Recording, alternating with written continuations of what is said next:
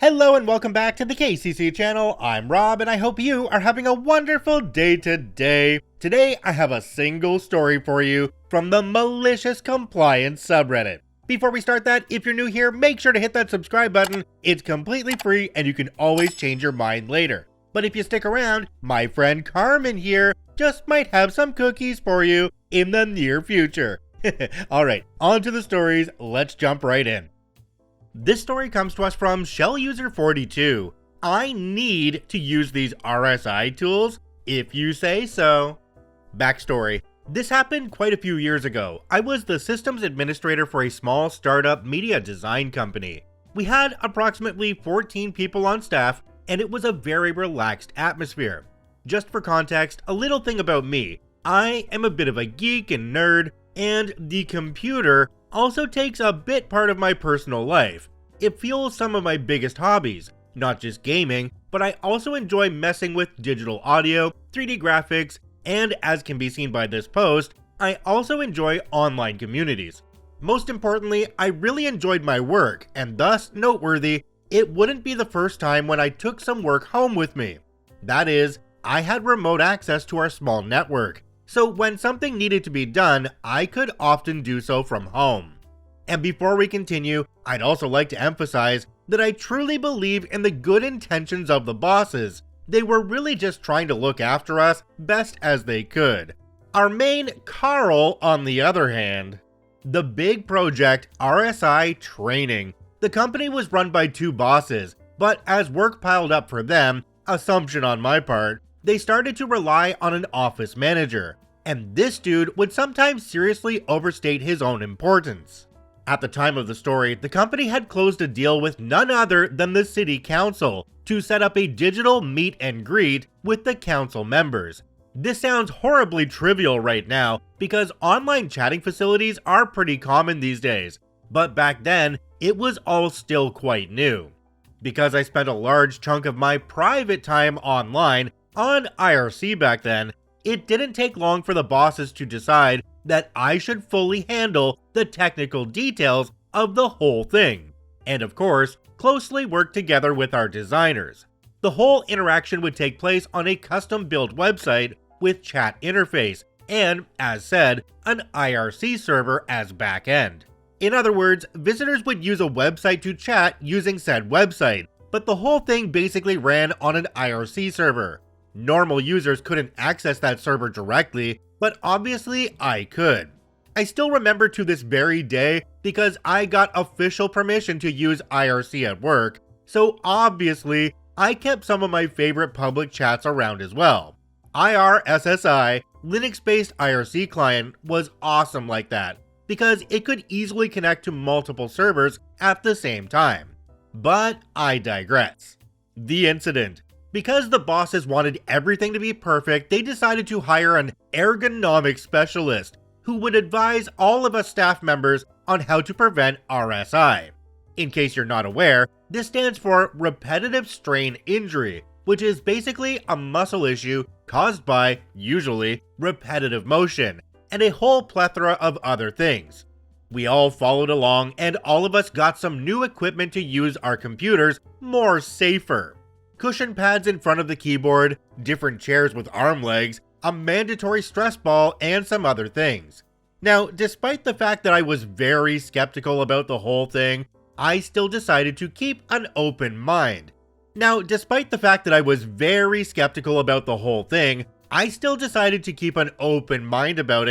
try things out to see where it would lead. I mean, couldn't hurt, right? Well, wrong. After 2 days, I started to notice problems at home. My hands began to hurt. I started getting issues with typing, and me and some online friends got creamed at a Quake tournament, which for a large part, but not all of it, was because of me. No, I wasn't some awesome star Quake player, have never been, but I could still hold my grounds.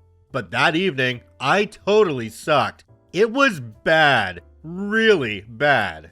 Of course, I had a good hunch what was causing all this, so the next day at work, I dumped all those RSI gizmos into a closet and went back to the way things were.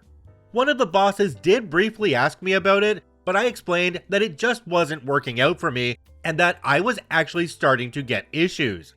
He fully understood, but for some dumb reason, the office manager didn't. "You have to use those tools, otherwise you're wasting company money." As I suspected, things got a lot better for me, but later that afternoon, the office manager noticed what was going on, and he threw a fit. What in the world was I thinking? Did I have any idea how much money the company had spent on all those improvements?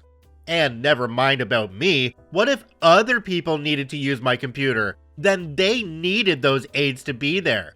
To which I commented that, as far as I was aware, no one was allowed behind my PC, because my network security clearance was practically the same as the boss's. Because of my support role, I had full access to everything. If I wanted to, I could easily pull up all of our financial records, for example. Something that actually happened at one time when an external accountant made a visit and needed some of our data. My boss asked me to help them out and thus cleared me to do all of that. I still remember because it made me very uncomfortable despite barely getting to see anything. Anyway, the manager didn't like that comment. First, I figured that I would just leave those RSI gizmos laying at the side of my desk, but no, he insisted that I just didn't understand what was good for me, and that I had to use those tools. So I complied, though very carefully. That day, my speed at getting work done for the big project plummeted, big time. For obvious reasons, I was also no longer doing anything from home anymore. In fact, I had excused myself on IRC and said that I would be taking a break because of the way things went and would severely limit my overall PC time at home as well. Books, fantasy novels, Dragon Lace for the win, and TV can also be fun. But as I had expected, my complaints became worse. "Houston, we have a major problem." After having spent a whole weekend with barely any private PC interaction, things got from bad to worse that next Monday at work. Even typing became a chore for me. Me, who can type blindly with 2 hands, 4 fingers, at a very decent speed, and without having followed any typing courses. So I took the afternoon off and went to visit my local doctor. His first comment when I described my problems and my theory as to what was causing all of it, "Yeah, you're not the first one with such issues. There seems to be quite a few companies active right now who claim to help prevent RSI, but in fact, they're merely fueling a sales model." When I didn't fully understand what he was talking about, he told me that in his opinion, that ergonomic expert was only in it for the money to sell his merchandise. According to my doctor, the guy should at the very least have realized that if I was already using computers so intensively, both at work and at home, then I was probably already aware of the importance to rest your arms. Instead of dismissing all that, he should have given that some extra thought and anticipate for it. So the doctor wrote me a prescription. First, an ointment to help relax my wrists and arm muscles, then a mandatory 2-week break from work to help recover from having developed mild yet disturbing symptoms of RSI due to unprofessional conduct. The big project was next week, and we weren't even near ready. I honestly felt bad for my boss the next day when I told him what had happened while handing him my doctor's note. He was not happy. He was fuming. No, not directed at me. I had his full support and sympathy, but he still turned red and stomped off to the office manager's desk, with me following him. Of course, the office manager denied everything. I had simply misunderstood him. No way would he demand something as dangerous as that. This is when I learned 2 things. 1. Always document things to cover your butt, something I obviously hadn't done. 2. Working in smaller companies rules. See, while the bosses had their own office, the rest of us sat at tables in a large room, spread over 2 areas. So the moment the office manager started denying things, some of my coworkers immediately stepped up. "Oh, does that mean I can finally throw this thing in the trash then, without getting fired?" My colleague and former friend sneered. Former, contact simply watered down over time. The boss turns to me, "Shell, why don't you go home and rest? No need to get involved with the upcoming drama." To which I nodded and thanked him, but I also told him that I would be contacting them later that week to try and help sort things out. I wasn't sure, but still saw a possible way out of the upcoming doom scenario. Aftermath. As much as I wanted to ignore the whole thing and just do my own thing, I decided to stick with no PC time at home for the next 3 days just in case. Thursday evening, I hopped back online for a short hour and did some asking around. First, I called my colleague friend from work to ask him about the status of the project, in specific, if the designers managed to finish the website. Then I reached out to a dear online friend of mine who also happened to be an undernet IRC operator, and I asked him if there would be a possibility to link our website front end directly to his server using a dedicated port connection for security purposes. See, the only reason we purchased a commercial IRC server was to comply with certain regulations, security reasons being one of them. Now, my idea obviously wasn't fully on par with all of that, but if you can't trust an official undernet server to be safe, then who can you? Yeah, that was meant to be as a bit of a joke, but what you don't know can't hurt, eh? Or something like that. So I contacted my boss the next day and told him about my plans and that there would still be a way to salvage the whole thing, though he might not fully like how I was planning on doing that. To which he, jokingly, responded that he was already pissed that I was gone for 2 weeks, so how much worse could it get? Well, the next week, the online chat session worked perfectly. We basically set up a dedicated chat channel, my IRCOP friend set up an X instance to keep things safe and quiet, and the chat attendance was quite decent.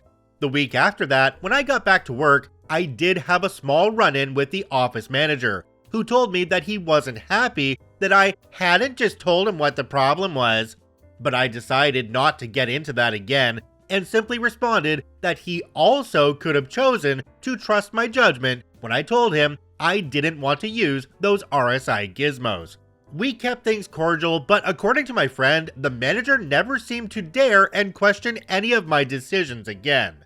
I really don't know for sure, but he was convinced. I even joked about it that I would try and keep it in mind when I was going to ask for vacation leave, which never happened, of course. And there you have it. Thanks for reading. I hope you enjoyed. Jumping down to the comment section on this one, there's one from a user called Anna V. It says, "Oh man, the ergonomic boom back then was crazy.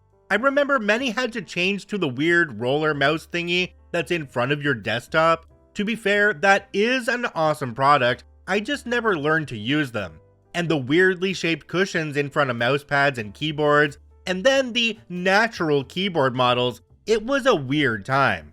I was working then in a small computer shop run by the couple next door from where I lived. We got a visit from an ergonomic specialist too, because it was mandated by the city or something. I don't remember and or know. Thankfully, that didn't lead to anything forced, and it was mainly for checking if our chairs were old and crap. As somebody who spends a very good portion of his day sitting at the computer every single day, I can tell you that some of the ergonomic stuff actually does make sense. But the most important thing is to have your keyboard at the right height and have a good chair. My gosh, the difference a good chair makes to how you feel at the end of a workday. Oh, that is the one you want to spend the money on.